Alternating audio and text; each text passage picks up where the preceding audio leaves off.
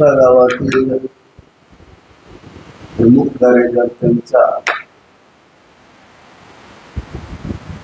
हा मेळावा विधानसभा निवडणूक 2024च्या अनुषंगाने या ठिकाणी घेण्यात येतो। या कार्यक्रमाला उपस्थित असणारे आपल्या सगळ्यांचे मार्गदर्शक, सातारा जिल्ह्याचा स्वाभिमान श्रीमंत छत्रपती खासदार उदयनराजे भोसले, सुनील तात्या पाटकर, सुनील खत्री, आमचे शिवसेनेचे जिल्हा आमचे दुसरे व्यासपीठावर उपस्थित असणारे सर्वच सर्वच प्रमुख मान्यवर, खालीही बसलेले सर्व आमचे प्रमुख मान्यवर बंधू, आज या ठिकाणी मेळावा घ्यायचं कारण प्रमुख कार्यकर्त्यांना काही सूचना करायच्या आणि त्या सूचना महायुतीच्या सक्तीनेही नेत्यांकडून आल्या पाहिजे अशा पद्धतीचं जर पंतप्रधान केलं नसतं।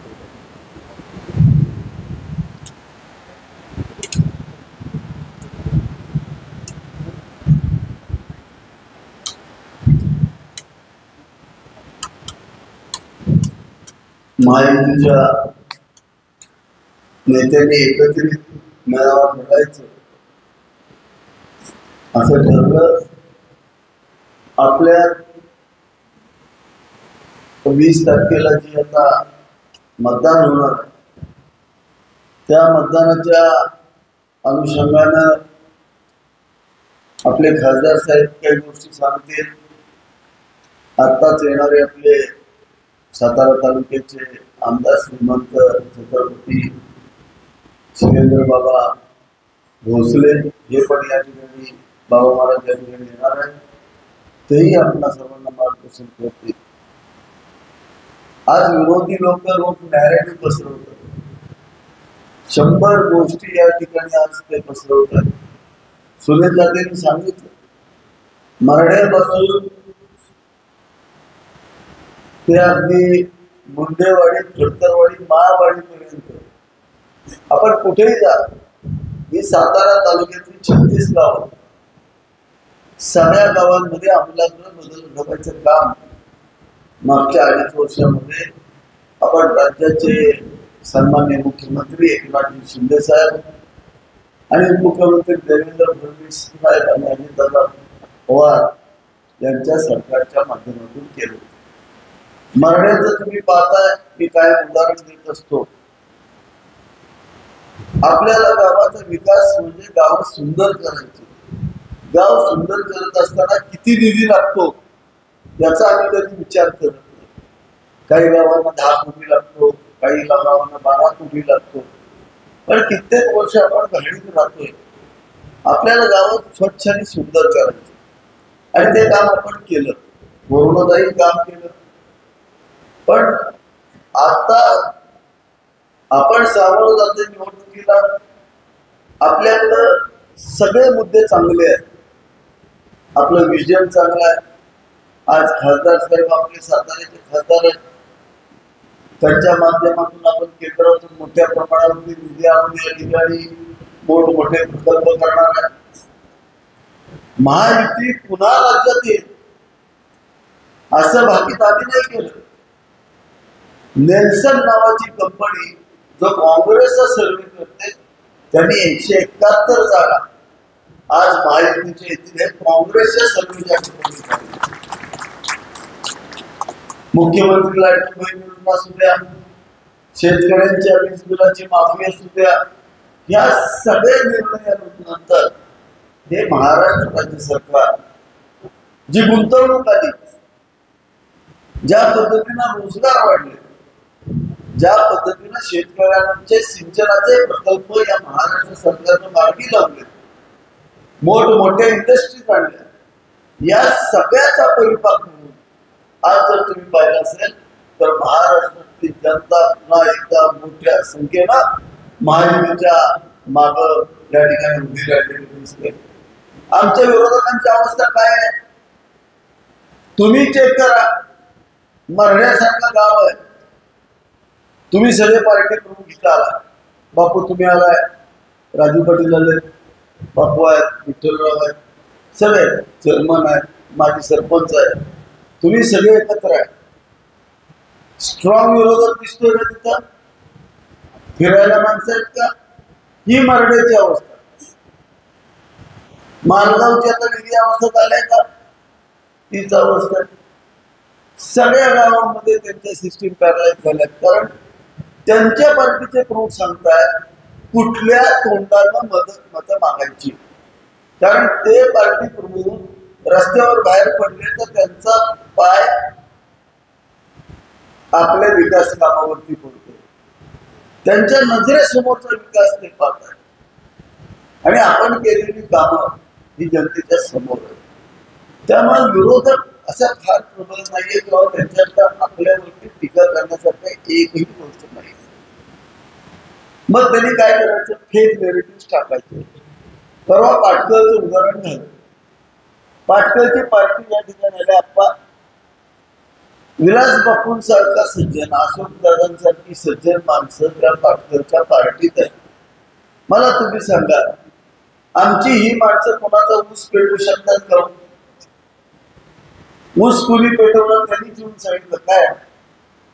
स्वतःच्या पोरानं ऊस पेटवला म्हणून त्यांनी कबुली दिली घरी. ज्यावेळेला आम्ही केस टाकली त्यावेळेला त्याच्या वडिलांनी सांगितलं की आमचा ऊस आमच्या पोरानं पेटवलाय का? तर त्यांनी काय केलंय? 60,000 रुपये दिले विरोधी आमदारांना म्हणून स्वतःचा ऊस स्वतः पेटवला. आणि बदनाम कोणाला केलं? अजून काही करू शकतील. परवा दिवशी बाळासाहेब एक व्हिडिओ पाहिला. म्हटलं याच्या उलट दुर्दैवच काय नाही. माझे आमदार असे उभे आहेत, पाठीमागं कोरोनाचं मोठं हॉस्पिटल आहे, त्या ठिकाणी भरपूर लोक रुग्णांची सेवा चालू आहे आणि खाली दिलंय 30,000 रुग्णांचे प्राण वाचवणारा कोरोना योद्धा. बघा, मला तर वाटलं आपणच काहीतरी चूक.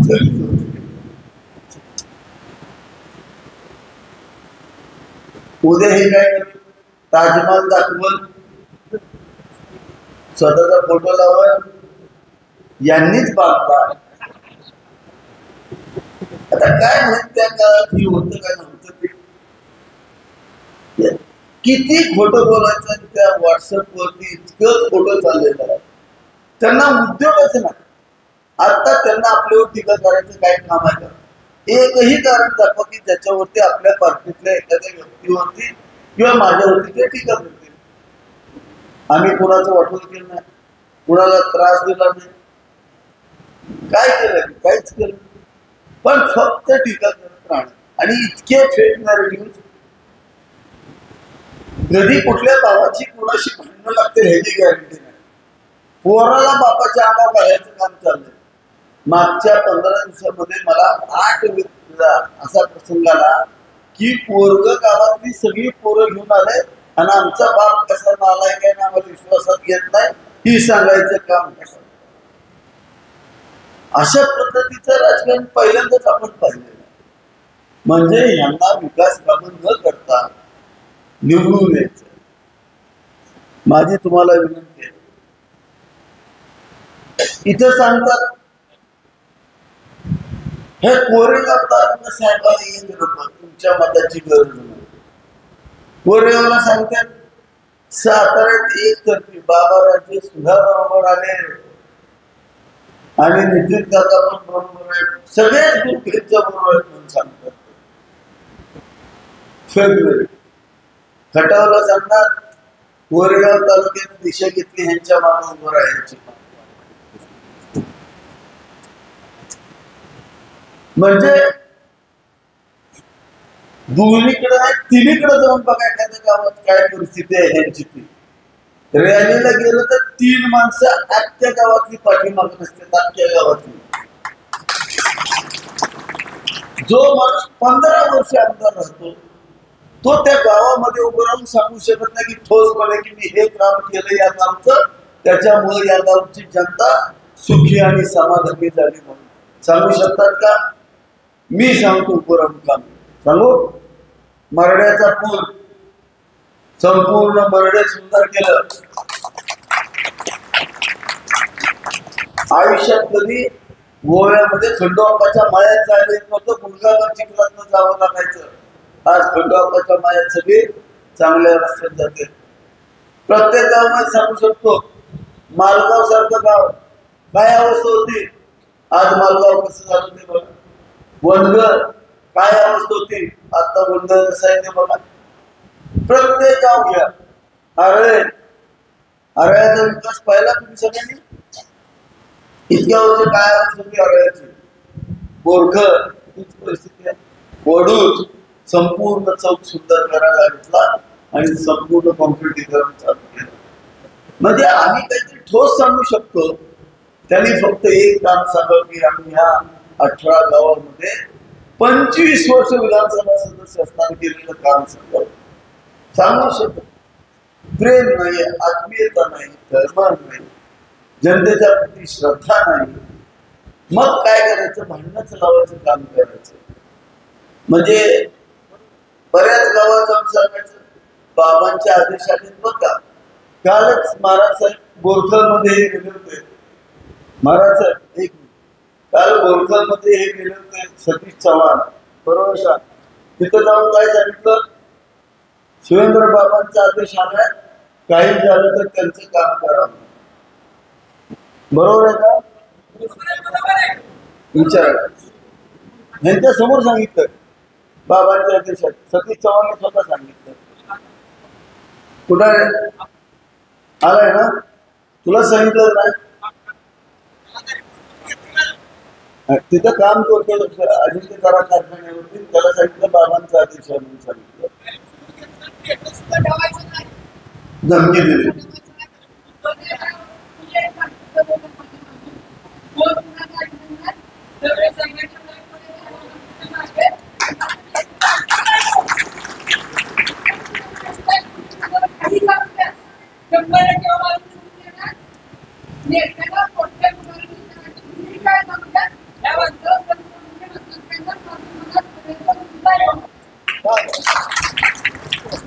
पण तुम्ही म्हणतात ते नाही, पण एक फेक नॅरेटिव्ह आहे. मी सांगायचं उदाहरण काय, हे आता फिरणार आहेत सगळीकडं. अशा पद्धतीच्या खोट्या गोष्टी सांगणार आहे. आपण या गोष्टीपासून सावध राहिलं पाहिजे. म्हणजे जोपर्यंत त्यांनी डायरेक्ट फोन करत नाही, त्यांनी सांगत नाही थांबू नका, तोपर्यंत कुणी डोक्यात काही घ्यायचं नाही. अरे आम्ही महायुतीमध्ये एकत्र काम करतोय. राज्यामध्ये जर सरकार आपलं आलं, राज्यामध्ये जर सरकार आपलं आलं तर आपलं भविष्य चांगलं आहे. आणि मग राज्यामध्ये सरकार यायचं असेल तर सेना भाजपचे सगळे आमदार, अजित पवार गटाचे सगळे आमदार इथे निवडून आणावे लागतील तर राज्यामध्ये सरकार येणाऱ्या लक्षात घेतलं पाहिजे. म्हणून जर कोण काय सांगत असेल त्याचा विचार करायचा नाही. मधल्या काळामध्ये ज्या वेळेला सत्तेत भाजप नव्हतं त्यावेळेला देवेंद्रजींना अटक करायचं स्वप्न कुणी पाहिलं होतं? गिरीश महाजनांना अटक करायचं कुणी स्वप्न पाहिलं होतं? भाजपच्या एकनाथ शिंदे साहेबांना त्रास द्यायचं कुणी स्वप्न पाहिलं होतं? मग त्यावेळेला हे नेते आले होते का कोण? हे फक्त फेक नॅरेटिव्ह आहेत. महायुतीच्या सगळ्या नेत्यांची स्ट्रिक्ट सूचना आहे, कसल्याही परिस्थितीमध्ये महायुतीचं काम झालं पाहिजे. त्यामुळे माझी विनंती आहे, कुणी कुणाचा कसलाही विचार करायचा नाही. पूर्ण ताकदीनं आणि क्षमतेनं आपण सगळ्यांनी कामाला लागायचं. ग्रामपंचायतीच्या निवडणुकीमध्ये 18 गावांपैकी 13 ग्रामपंचायती आज आपल्या सगळ्यांच्या ताब्यात आहेत. 13 ग्रामपंचायतीत आपण काम करतो. राहिलेल्या 5 ग्रामपंचायती सुद्धा आज आपण त्या ठिकाणी प्रामाणिकपणे जे सरपंच आहेत त्यांना आपण मदत करतोय. म्हणजे आपण कुणालाही त्रास द्यायचं काम या ठिकाणी कधीही केलेलं नाही. आणि आपण सगळे एक संगत ताकदीनं राहायचं काम या ठिकाणी करायचं. आणि तुम्ही पाहिलं खासदारकीच्या निवडणुकीला ह्या लोकांनी काम केलं तरी आपलं नाही केलं का? मग आता त्यांना काय किंमत द्यायची कारण आहे? त्यांचं ऐकायची काय कारण आहे?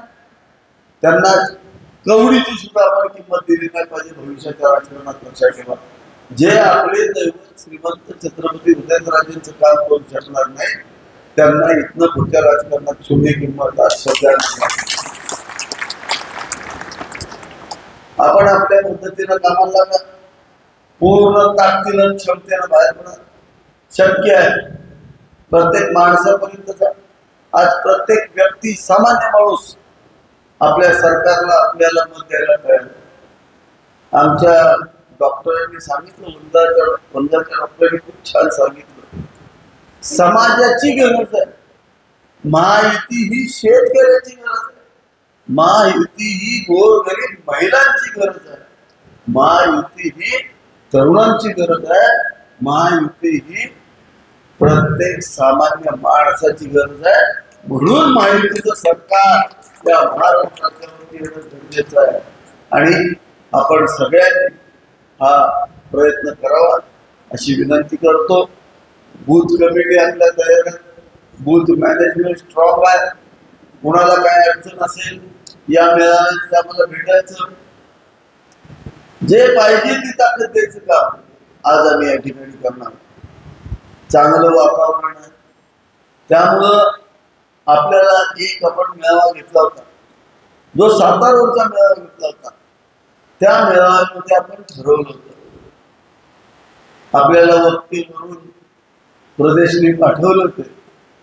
त्यामध्ये त्यांनी सांगितलं होतं, इलेक्शनच्या आधी 10 दिवस आम्ही टीव्ही चॅनल बघणार, न्यूज चॅनल बघायचा का? पण बघायचा नाही. प्रमुख कार्यकर्त्यांनी कधी न्यूज चॅनल बघायचा नाही. व्हॉट्सअपचे व्हिडिओ आमच्या विरोधकांनी टाकलेले बघायचे नाही.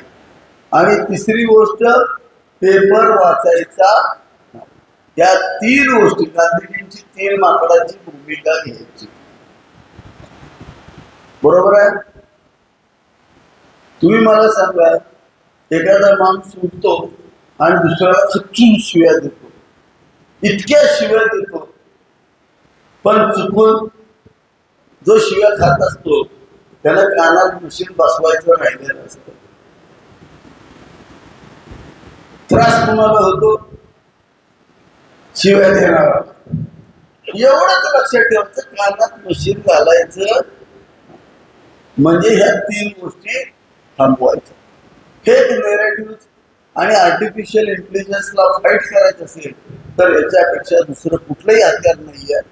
त्यामुळं आता बूथ मॅनेजमेंटच्या दृष्टीनं प्रयत्न करा, पूर्ण ताकदीनं कामाला लागा.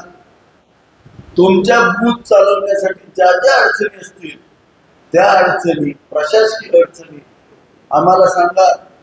महाराज साहेब आहेत, दुसरे शिवेंद्र बाबा आहेत, सन्माननीय आमदार श्रीमंत छत्रपती शिवेंद्र बाबांचा या ठिकाणी स्वागत करण्यात येत आहे. मी सन्माननीय विधिमंडळ सदस्य शिवेंद्र बाबांचं स्वागत. सुनील मरडेच्या बापूंना विनंती करतो की आपण त्यांचं स्वागत करावं. हे आमदार आणि विद्यमान उमेदवार माननीय महेशदादा शिंदे, आपले खासदार श्रीमंत छत्रपती उदयनराजे भोसले, त्याचबरोबर सुनीलजी खत्री, जिल्हा बँकेचे माझे सहकारी, त्याचप्रमाणे बाळासाहेब खरात, सुनील काटकर, आपले शिवसेना चे जिल्हा प्रमुख माननीय चंद्रकांत जाधव आणि सर्व स्टेजवरील सगळे प्रमुख मंडळी उपस्थित, सर्व आपण या 18 गावातील प्रमुख सगळे कार्यकर्ते, पदाधिकारी आणि महेशदादा महाराजांवर आणि माझ्यावर सुद्धा प्रेम करणारे सर्व आपण मंडळी, सगळ्यांचं मी या ठिकाणी थोडं मला यायला उशीर झाला, कारण साताऱ्यात पदयात्रा आणि त्याच्यानंतर हॉकर्स त्या संघटनेचा मेळावा होता. थोडं मला अजून इथं पण इथनं कराडला परत जायचंय सभेला माझ्या. मी परत थोडी परवानगी घेऊन पुढे निघणार आहे. पण आपल्याला सगळ्यांना माहित आहे की आम्ही सगळेजण, मी महेश दादा असतील, आम्ही सगळेजण आज महायुतीमध्ये एकत्र काम करतो. जरी पक्ष वेगळे असले तरी आम्ही सगळेजण एकत्र एक दिलानं काम करतोय. आणि या सातारा जिल्ह्यामध्ये उदयनराजांचा जो प्रयत्न चाललाय की या जिल्ह्यामधले महायुतीचे जे सगळे उमेदवार असतील ते निवडून आले पाहिजे. आणि प्रामुख्यानं उदयनराजांच्या लोकसभा मतदारसंघातले सर्व उमेदवार कसे निवडून आणण्याचा एक ताकदीचा प्रयत्न खासदार साहेबांचा सगळीकडे चाललाय. आपलं सातारा असेल, आपलं कोरेगाव असेल, पलीकडं कराड उत्तर, कराड दक्षिण, हे पाटण असेल, महाबळेश्वर, आपलं वाई असेल, मकरंदाबाद, सर्व ठिकाणी आज या लोकसभा मतदारसंघामध्ये सगळ्यांच्या मागं ताकदीनं उभं राहण्याचं काम हे खासदार उदयनराजे आणि त्यांच्या जिथे जिथे त्यांचे सहकारी आहे, जिथे त्यांचे समर्थक आहेत, त्या सर्वांनी आज हे काम सगळे केले. आज आपल्याला या ठिकाणी हे महेश दादांचं काम आपण बघितलंय. मगाशी दादाजी बोलता बोलता म्हणले की गेले अनेक वर्षांमध्ये ज्या गोष्टी घडल्या नाहीत त्या 5 वर्षांमध्ये त्यांनी घडवून दाखवल्या ही वस्तुस्थिती आहे. आणि स्वतः त्यांचा पाठपुरावा मुख्यमंत्र्यांच्या इथं मी पण बघितला आहे. काही कामांच्या बाबतीमध्ये म्हणजे तुम्हाला एखादं जरा खोटं वाटेल, पण काही कामांच्या बाबतीमध्ये मी महेश दादांना विचारतो की या मंत्र्याकडनं काम कसं काढून घ्यायचं. आणि ते जरा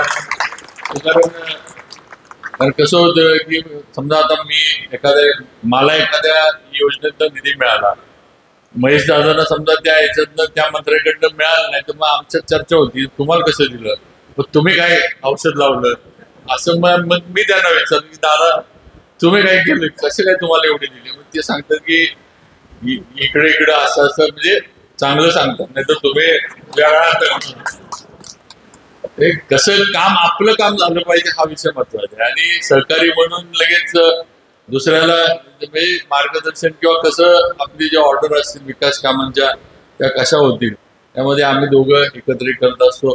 आज नक्कीच कोरेगाव विधानसभा मतदारसंघ हा तसा एकतर पूर्ण भाग हा बागायती आहे, त्यामुळे इथं कुणी कुणाला म्हणजे पैशानं सगळ्यांना सगळी ऊसवालीच आहेत. कोण कोणाला ऐकत नाही, कोण कोणाला काय म्हणायचं. जरा आमचं आता कसं तो डोंगरी भाग असल्यामुळे तर तिकडची आता सदाशिवराव भाग आहे, तर लिंबगोळ्याचे म्हटल्यावर कुणाला ऐकणार आहे लिंबगोळ्या असं, म्हणजे काय म्हणतात सगळ्याला टग असल्या की सगळी भागातले. पण ठीक आहे की आपण लक्षात ठेवा, शेवटी भाऊसाहेब महाराजांनी आपल्याला साथ दिली ज्या वेळेला आपल्या तालुक्याला, भले आपण त्यावेळेला जावळीला जोडलो गेलो होतो, तरी या विभागामध्ये या याच्यामध्ये रामभाऊ पवार वगैरे येतात, आमचे चौरे समोर बसलेत, गोव्याची आमची बाकीची मंडळी आहेत, यांना सगळ्यांना माहिती आहे की इथं खऱ्या अर्थानं आमचे सोनगावची मंडळी आहेत समोर बसलेली, ते खऱ्या अर्थानं साथ देण्याचं काम आणि ताकद देण्याचं काम हे त्या काळात मतदारसंघ नसताना पण भाऊसाहेब महाराजांनी आपल्यासाठी केले. आणि म्हणून आपल्याला त्याची जाणीव ठेवली पाहिजे की शेवटी आपण त्या विचारानं सगळेजण काम करतो. भाऊसाहेब महाराजांच्या विचारानं आपण आज सुद्धा एकत्र राहून काम करतोय. आणि आपण ज्यावेळेला एकत्र आहे, मग आता महेश दादा आणि मी, भाजप असेल, सेना असेल, आम्ही एकत्र काम करतोय, आपण सुद्धा सगळ्यांनी त्यांच्या मागे ताकदीनं उभा राहिलं पाहिजे. आणि निवडणूक म्हटलं की वावड्या चर्चा ह्या होतात, या काही प्रत्येक गोष्टी आता मला सुनील खत्री काही गोष्टी सांगत होते, शेवटी निवडणुकीमध्ये वावड्या चर्चा होतात, पण शेवटी आपल्याला दिसते काय ते बघा. कोण काय सांगते, आता इथनं मी बाहेर गेल्यानंतर तुम्हाला कोण काय सांगायला येईल ह्याचा विषय महत्वाचा आहे का मी इथे येऊन तुमच्या समोर बोललेलं महत्वाचं आहे हे आता तुम्ही ठरवलं पाहिजे. आणि म्हणून माझी विनंती आहे की असल्या वावड्यांवर चर्चांवर फार विश्वास ठेवू नका. आज देवेंद्र फडणवीस त्यांच्या नेतृत्वाखाली मी काम करतोय भाजपमध्ये, आज त्यांचं पण मला हे आहे की महेश दादा असतील, आपले कराड उत्तरचे आपले उमेदवार मनोज दादा असतील, या दोघांना पण त्यांनी सांगितले की तुमच्याकडनं जेवढं काही होईल तेवढं तुम्ही या दोघांच्या विजयासाठी काम केलं पाहिजे. हे त्यांनी, कारण सगळ्यांचं नुसतं 1-2 मतदारसंघ नाही तर जिल्ह्यामध्ये महायुतीचे आपली जी काय ती आली पाहिजे. हा पूर्वी बालेकिल्ला जिल्हा म्हणून राष्ट्रवादीचा मानला जायचा. आता मी परवा पालीच्या सभेमध्ये बोललो, आता बालेकिल्ल्याची अवस्था काय झाली आहे आपण बघतोय. एका काळात असं होतं की दुसऱ्या पक्षाचे आमदार तिथं निवडून यायचे नाहीत, खासदार पण निवडून यायचे नाहीत. पण आता परिस्थिती बदलायला लागली. आणि का बदलायला लागली तर आपल्याला वर्षोनवर्ष आपल्याला गृहीत धरून काम केलं गेलं ही वस्तुस्थिती आहे. आज आपले जे जिल्ह्याचे प्रश्न होते त्या प्रश्नांकडं सातारा जिल्हा हा फार असा म्हणजे काय म्हणायचं ऍग्रेसिव्ह कोण नव्हतं, म्हणून आपल्याला दाबायचं. आणि आपल्याकडं नुसतं म्हणताना म्हणायचं सातारा जिल्हा चव्हाण साहेबांचा जिल्हा, चव्हाण साहेबांचा वारसा, पण त्याच्या पुढं कुठलाच विषय आपल्यासाठी जिल्हा म्हणून फार आपल्याला कधी कोणी वर्ण साथ दिली नाही. नुसतं आपला वापर सगळ्यांचा राजकीय याच्यासाठी किंवा नुसतं निवडणुकीची जी काही आकडेवारी असते ती करण्यासाठी आपला झाला. पण खऱ्या अर्थानं महायुतीच्या ह्याच्यामध्ये जेव्हापासून आपण काम करतोय, तुम्ही बघा कोट्यावधीचा निधी प्रत्येक गावामध्ये आज महायुतीच्या सरकारच्या माध्यमातून आला. आज कुठलंही गाव महेश दादांच्या मतदारसंघातलं पण कुठलंही गाव असं राहिलं नसेल की ज्या ठिकाणी पैसे हे शासनाच्या माध्यमातून विकास कामासाठी आले नाहीत, असं एक पण गाव राहिलं नसेल. आज कॉन्क्रिटीकरण झाले, आज प्रमुख रस्त्यांची डांबरीकरण झाली, आज जलजीवनच्या पाणी पुरवठा योजना सुरू आहेत, आपलं आरोग्याच्या सेवा आपल्याला आज उपलब्ध झाल्यात. आज शासनाचा जर आपण विचार केला तर महायुतीच्या माध्यमातून आज तुम्ही बघा हे केंद्रातनं आज आपल्याला शेतकरी सन्मान योजनेचा पैसा येतो. पूर्वी येत होता का? नरेंद्र मोदी पंतप्रधान झाल्यानंतरही सुरू झालं. पूर्वी 1 रुपया तरी आपण, आता मी पण काँग्रेसमध्ये महाराज होते, आम्ही पण सगळे बहुतांशी मला वाटतं इथं बसलेले सगळेच आपण काँग्रेस आणि राष्ट्रवादीमध्ये काम केलंच होतं. इथं बसलेले कुणी सांगावं, सुनील खत्रींनी पण सांगावं की अशा योजना, म्हणजे ते तर आमच्या पण त्यावेळेला पुढे होते, कारण ते तर येस काँग्रेसवाले होते पूर्वीचे. पण अशा योजना मी सांगायचं मागे, अशा आज जे थेट आपल्याला देण्याचं काम चालू आहे, थेट आपल्या खात्यामध्ये लाभार्थी म्हणून जो लाभ आहे तो आपल्या इथे येतो, हे आतापर्यंत कधी झालं नाही. हे पंतप्रधान नरेंद्र मोदी सत्तेत आल्यापासून झालं. आणि मग 3 वर्षानंतर आपलं सरकार, एकनाथ शिंदे साहेबांनी, महेश दादांनी निर्णय घेतला, बाहेर पडले आणि आपलं सरकार महायुतीचं आणलं. त्याच्यानंतर राज्यातल्या आज ज्या योजना आपल्याला मिळतात त्या सुरू झाल्या. आज लाडकी बहीण योजना चालू आहे. आज महिलांमध्ये तुम्ही बघा, त्या महिलांमध्ये उत्साह किती आहे. भले 1500 रुपये, काही लोक आता म्हणतात 1500 रुपये म्हणजे काय फार मोठी रक्कम नाही, पण ह्याच्यापेक्षा माझं मत असं आहे की आज शिवतरमध्ये राहणाऱ्या माझ्या भगिनीला किंवा आरपळमध्ये राहणाऱ्या माझ्या भगिनीला आज एक तिला मनानं तिच्या चांगलं वाटतं की मुंबईमध्ये कोणतं बसले जे माझा विचार करते आणि माझ्या खात्यामध्ये 1500 रुपये मुंबईवरनं पाठवून देतो. हा विषय महत्वाचा आहे. हे जे त्या बहिणींमध्ये जी एक भावना निर्माण झाली की माझ्यासाठी सरकारनं काहीतरी केलं, हे रस्ते पाणी वगैरे हे तर चालूच आहे, पण माझ्यासाठी काहीतरी सरकार करते आणि माझा पण विचार सरकार मुंबईत बसून हे मुख्यमंत्री शिंदे साहेब असतील, देवेंद्रजी अजितदादा करतात, हा विषय महत्वाचा आहे. आणि त्यामुळं महिलांमध्ये एक फार मोठं काय म्हणायचं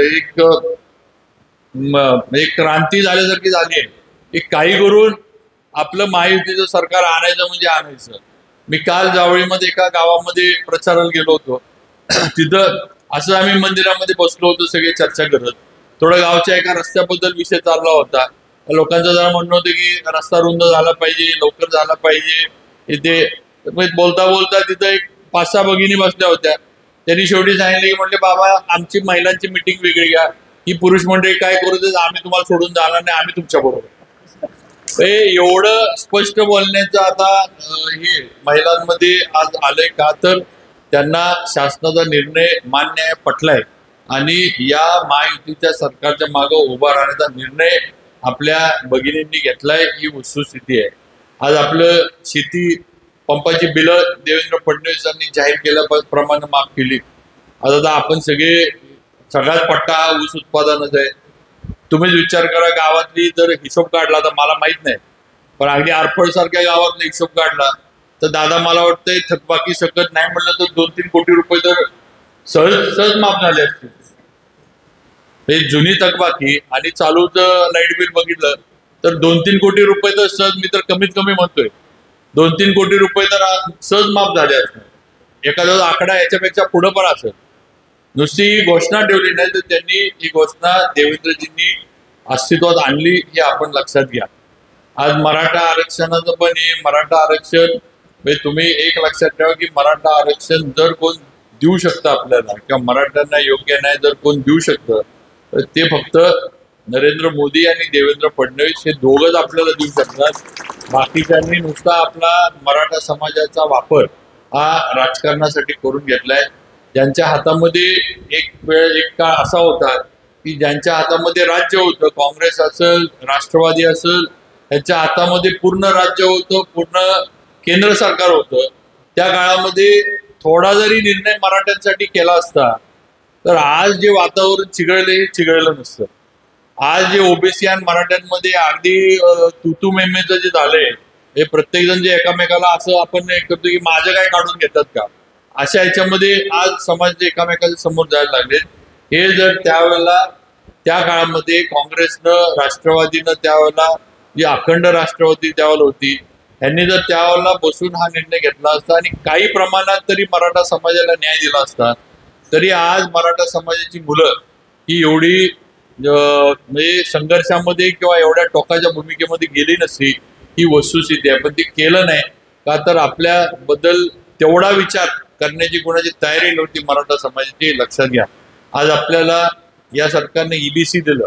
आज ईबीसीचा फायदा आपल्याला फार मोठ्या प्रमाणावर होतोय, आपल्या लक्षात येत नाही, पण आज ईबीसीचा फायदा मोठ्या प्रमाणावर होतोय. आपल्याकडं आज देवेंद्रजींनी आपल्याला सगळ्यांनी मिळून, एकनाथ शिंदे साहेबांच्या सरकारने आपल्याला 10% आरक्षण आपल्याला परत केलं नाही. त्यामुळे या गोष्टी आहेत, ह्याचा विचार आपण केला पाहिजे. भावनेला हात घालण्याचा सध्या जो विषय चाललाय, म्हणजे शेवटी पक्ष फुटले, काय झालं हे ठीक आहे, पण शेवटी पक्ष का फुटले हो मला तुम्ही सांगा. आज मी काम करतोय, आज माझ्याबरोबर समजा माझा जवळचा सहकारी आहे, मी त्याच्याकडे जर लक्ष दिलं नाही, त्याच्या अडचणीत जर मी समजून घेतल्या नाहीत किंवा तो काय सांगतोय हे मी ऐकलंच नाही, तर किती दिवस तो माझा सहकारी माझ्याबरोबर राहणार आहे. कधी ना कधी तो म्हणणारच आहे ना की बाबा तुम्ही आमचं काय ऐकत नाही, आमच्याकडे काय बघत नाही, आमचा आम्ही मार्ग दुसरा धरला. मग तसंच झालं, तसेच पक्ष फुटले. त्याच्यामध्ये काय म्हणजे वेगळं दाखवण्याचं, चित्र दाखवण्याचा विषय काय नाही असं माझं तर स्पष्ट मत आहे. तुम्हाला तुमची लोक जी आहेत ती तुम्हाला सांभाळता आली नाहीत, ती तुमचा पक्ष सोडून दुसरीकडे गेली आणि त्यांची वेगळी चूल मांडली. ह्याच्यामध्ये म्हणजे पक्ष फुटला ही बोलण्याचा आणि त्याच्यावर मतं मिळवण्याचा काय संबंध आहे हे आपण लक्षात ठेवलं पाहिजे. शेवटी राजकारण आहे. आपण म्हणतो ना, निवडणुका साम दाम दंडभेद सगळं वापरून करायचं असतं. राजकारणामध्ये चाणक्य नीतीमध्ये सांगितलंय साम दाम दंडभेद सगळं वापरलं पाहिजे, त्याच्यामध्ये काय मागं पडायचं नाही. शेवटी आपला विजय झाला पाहिजे, शेवटी हे महत्वाचं आहे. आता ही लढाई आहे, जरी आता लढाई हे पूर्वीच्या लढाई वेगळ्या होत्या इतिहासकालीन, पण ही पण लढाई आहे लोकशाहीतली. आणि ही लढाई जिंकायची असेल तर आपल्याला पण पूर्ण तयारीनं महेशदादांच्या मागं उभं राहिलं पाहिजे. आणि नक्की माझ्याकडनं पण जे काय करता येईल ते मी नक्की आपल्या महायुतीतले माझे सहकारी उमेदवार म्हणून महेशदादांसाठी करीन. आपण पण सगळ्यांनी त्याप्रमाणे ताकदीनं महेशदादांच्या मागं राहावं ही आपल्याला सर्वांना विनंती करतो. आणि मगाशी मी जे म्हटलं की कोण काय सांगतं, कोण काय बाहेर बोलतं, या गोष्टीला फार महत्व देण्याच्या याच्यामध्ये गरज नाही असं माझं म्हणणं आहे. शेवटी आपण प्रत्येकाची तोंड काय धरू शकत नाही. कोण बाहेर काय बोलतंय याच्याकडनं बघता आपण एक आहे, एकत्र आपल्याला राहायचंय आणि आपल्याला सगळ्यांना महेशदादांच्या मागे राहायचंय, एवढं आपण सगळ्यांनी लक्षात ठेवा. त्यांचं चिन्ह धनुष्यबाण आहे आणि धनुष्यबाणाच्या समोरचं बटन दाबून महेश दादांना परत एकदा मोठ्या मताधिक्यानं विधानसभेमध्ये आपण सगळ्यांनी पाठवायचे, एवढं सगळ्या माझ्या सातारकर बंधू, माझ्या तरुण मित्रांनी आणि गावामध्ये आपल्या असणाऱ्या भगिनींना पण सांगा आणि त्याप्रमाणे सगळ्यांनी कामाला लागा ही विनंती या निमित्तानं आपल्याला करतो आणि माझे 2 शब्द थांबवतो. जय हिंद, जय महाराष्ट्र. खरं तर या ठिकाणी उपस्थित या संपूर्ण 18 गावातले सर्व श्रेष्ठ आणि सर्व तरुण प्रमुख आज आपण या ठिकाणी महेश दादांच्या आणि आमच्या विनंतीला मान देऊन आपण या ठिकाणी उपस्थित झाल्याबद्दल मी व्यक्तिशः आपल्या सगळ्यांचे या ठिकाणी स्वागत करतो आणि मनापासून आपले आभारही मानतो. आज आपल्या येण्यामुळं एक मोठ्या प्रमाणावरती एक मनोबल ज्याला म्हणतो हे महेश दादांचं आणि आमच्या सगळ्यांचं त्यात वाढ झालेली आहे, त्याच्याबद्दल पीड मात्र शंका नाही.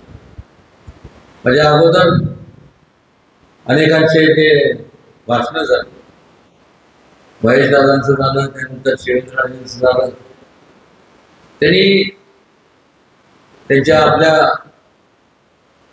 मनोगतामध्ये संपूर्ण विकास कामांच्या बाबतीत त्यांचं संपूर्ण मांडणी केली. लोकांच्या बाबतीत जो आदरभाव आहे तो त्याच्या त्यांच्या वक्तव्याच्या माध्यमातून त्या ठिकाणी दिसून आला. प्रामुख्याने आपण एक विचार करणं गरजेचं आहे की 2 प्रकारचे प्रवृत्ती असतात, 2 प्रकारच्या प्रवृत्ती असतात. एक सकारात्मक विचार आणि एक नकारात्मक विचार. आज आपल्याला आवर्जून या ठिकाणी मला सांगायचं की समोरचे जे उमेदवार आहेत हे त्या काळात जेव्हा मुंबईवर या ठिकाणी जावळीतनं त्यांना उमेदवारी देण्यात आली, त्यावेळेस प्रत्येकाला वाटलं की हा भूमिपुत्र आहे, त्याच्या हातून काहीतरी चांगलं घडेल. पण मात्र 10 वर्ष त्या संपूर्ण जावळीचं त्यांनी नेतृत्व केलं. तर तुम्ही जावळी भागात जर गेला, जावळी मतदारसंघात त्यावेळेसच्या जर पाहिलं तर जशी आज तुमची भावना आहे किंवा ह्या कोरेगाव मतदारसंघातल्या लोकांची जी भावना आहे तशीच त्या भागातल्या लोकांची भावना आहे की आपण ज्यांना निवडून दिलं, एकदा नाही 2दा नाही, म्हणजे साधारण 10 वर्ष म्हणजे एक तप ज्यांना आपण निवडून दिलं त्या व्यक्तींकडनं मग कोणी असू दे, त्यावेळेस समोरचे आताचे जे उमेदवार आहेत ते होते, त्यांच्या हातून काहीतरी आपलं या भागाचा विकास व्हावा, त्या संपूर्ण भागात विकासाची गंगा ही पाहायला मिळावी. पण मात्र तसं काही घडलं नाही आणि त्यामुळं घडलं तर फक्त एकच, फक्त राजकारण आणि राजकारण. त्या राजकारणाला कंटाळून शेवटी आपल्याला माहित आहे की DCC बँकेला सुद्धा आज एवढं संपूर्ण जो उद्रेक होता तो आपल्याला पाहायला मिळाला. मोजके मतं होते आणि त्या मोजक्या मतात सुद्धा त्यांना यश मिळवता आलं नाही. मी कुचेष्टा कोणाची करत नाही, मी कोणाला कमी लेखत नाही, पण मात्र कुठं ना कुठंतरी ज्या वेळेस आपण एका लोकप्रतिनिधीला निवडून देतो, मग खासदार असतील किंवा आमदार असतील, लोकांची अपेक्षा असतात की आपण ज्यांना आपण निवडून दिले त्यांनी आपल्यासाठी काहीतरी करावं, आपलं गायरान किंवा आपलं संपूर्ण मनोगत ऐकून घ्यावं, त्याच्यावरती ते अंमलात आणावं. असं न घडल्यामुळं ही परिस्थिती निर्माण झाली आणि त्यामुळं मग आता तिथं लोकांनी नाकारल्यानंतर मग आता जायचं कुठं, तर चला शेजारी जाऊ कुठं, शेजारी म्हणजे कुठं, कोरेगाव मतदारसंघ. वास्तविकरित्या त्या ठिकाणचा भूमिपुत्र असताना हे सध्याचे उमेदवार ज्यांना त्या भूमीत काय करता आलं नाही, तर तुमच्या इथं तुमचा स्वतःचा हक्काचा असणारा महेश दादा भूमिपुत्र या संपूर्ण मतदारसंघाचा, ह्याला तुम्ही निवडून देणार का कोणतरी बाहेरून परका उमेदवार तुम्ही निवडून देणार, हा विषय त्या ठिकाणी आपण समजून घेतला पाहिजे. आणि मग ह्या ठिकाणी आल्यानंतर सुद्धा परत एक नाही तर परत 2 टर्म म्हणजे 1 टर्म, म्हणजे झाले टर्म किती, 4 टर्म. 4 टर्म म्हणजे किती वर्ष झाले मला सांगा, 20 वर्ष. 20 वर्षामध्ये वास्तविकरित्या काय झालं, फक्त राजकारण.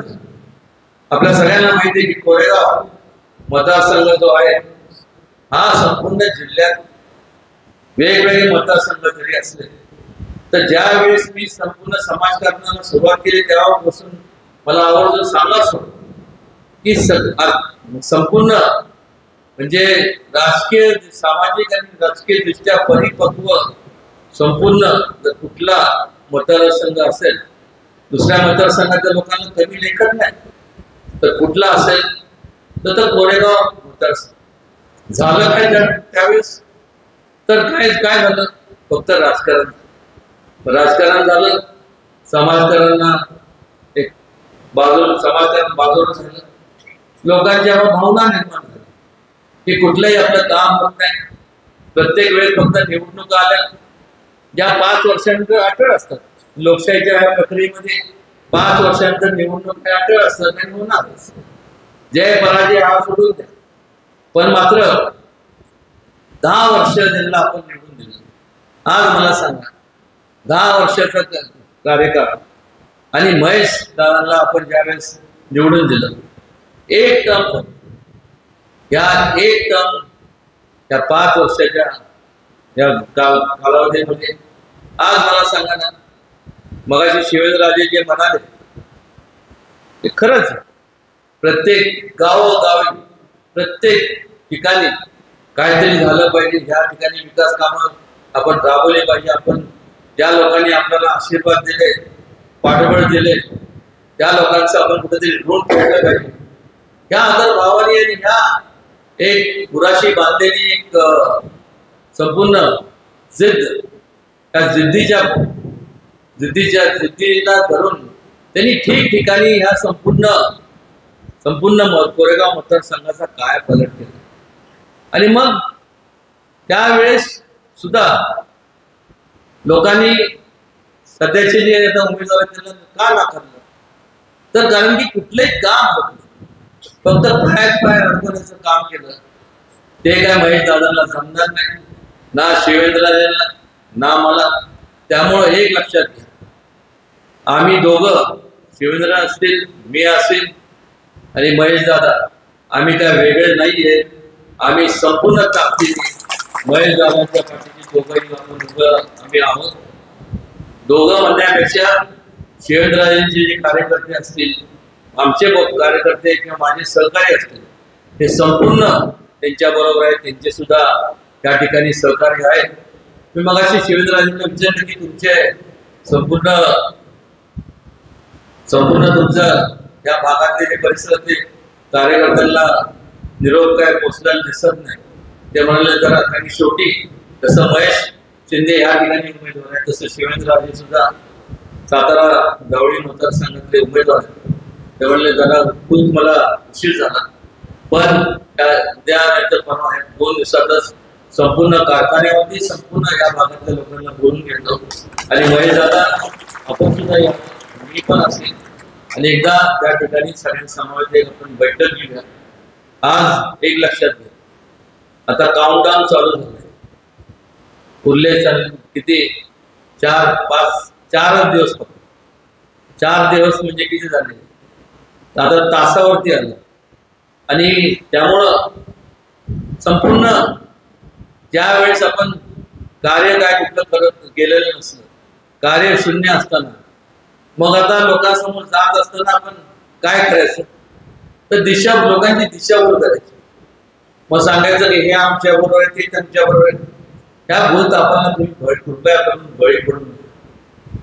आणि आज आपल्याला माहित आहे 5 वर्षाचा कालावधी म्हणजे काय थोडा कालावधी नाही. गेलेली वेळ आणि समुद्राच्या लाटा हे ना माझ्यासाठी नाही ह्या जगातल्या कोणासाठी होतात. आणि त्यामुळं तुमच्या ह्या संपूर्ण परिसराचा जास्तीत जास्त विकास कामं या ठिकाणी आणण्याकरता केंद्र शासनाच्या माध्यमातून निश्चितपणे जे म्हणून महेश शिंदे आणि तुमचे इथले संपूर्ण आपण सर्व जे त्यांचे सहकारी आहात, ज्येष्ठ आहात, आपण यादी तयार करा. त्या हिशोबाने इथं काय करता येईल हे सुद्धा त्याचं नियोजनबद्ध कार्यक्रम आपण त्या पुढच्या 5 वर्षात पूर्ण झालेला आपल्याला. त्याचबरोबर मला सांगायचं वाटतं, आज जे महेश शिंदेकडं जे खातं होतं कुठलं कृष्णा खोऱ्याचं, बरोबर, त्या खातं ते सुद्धा खातं सध्याचे जे आता उमेदवार आहेत विरोधी त्यांच्याकडे ते खातं होतं का नव्हतं मला सांगा. हो का नाही सांगा की होत तेव्हा होतं. मग महेश शिंदेला 5 वर्षामध्ये जे पाण्याच्या स्कीम असतील, जे काय त्यांच्या माध्यमातून जे काय त्यांच्याकडे जबाबदारी होती, जे काय त्यांच्याकडं त्यांच्या आपत्तीतला विषय होता, तो त्यांना जर मागे लावू शकले तर मग 10 वर्षाच्या कालावधीत त्यांचा कोणी हात धरला होता का?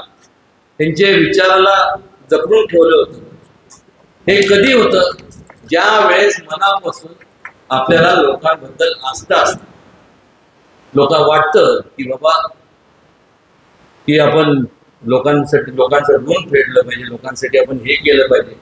ही ज्यावेळेस भावना असते त्यावेळेसच कामं मार्गी लागतात. काय लोक असे असतात त्यांना बाकी काय नाही, बेंबीच्या देठापासून माईक आला, निवडणुका आल्या की जोरात भाषण ठोकायचं. हे कळीन ते कळीन, तळागाळातल्या लोकांना जास्तीत जास्त गाळातनं वर काढायचं काम करतात. पण मग निवडणुका होऊन जातात. आपल्यासारखे संपूर्ण जे काय मतदार जे आज तुम्ही सर्व जे लोकशाहीचे राजे आहात, तुम्ही पण विचार करता नाही बोलता ते म्हणलं त्यात काय तथ्य असणार.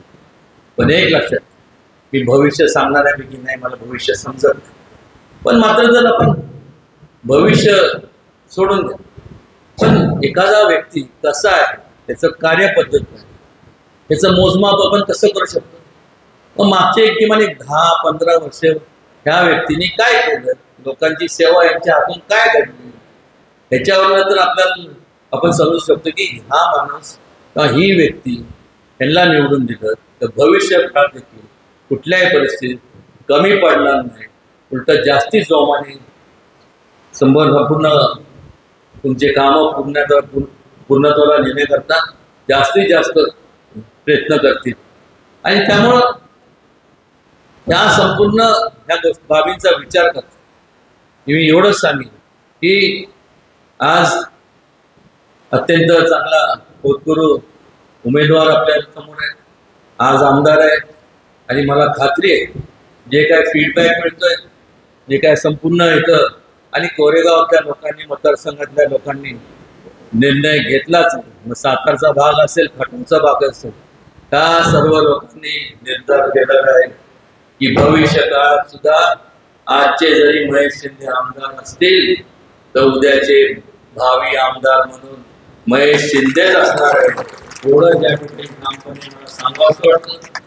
आणि आपण सर्व त्यांना आशीर्वाद, आपल्या सगळ्यांचे आशीर्वाद त्यांच्या पाठीशी राहू द्या एवढी विनंती करायला आमदार शिवेंद्रराजे आणि मी स्वतः आणि माझ्याबरोबर सुनील काटकर असतील, सगळे जे काय किंवा बबू अप्पा असतील, सगळे ज्येष्ठ ह्या संपूर्ण ज्यांनी आज तुम्ही लोकांनी असं मला आशीर्वाद दिला एवढे वर्ष, त्याच प्रकारे महेश शिंदेंना आपण आशीर्वाद द्यावा ही हात जोडून कळकळीची विनंती आपल्या सगळ्यांना करतो आणि इतर सांगतो.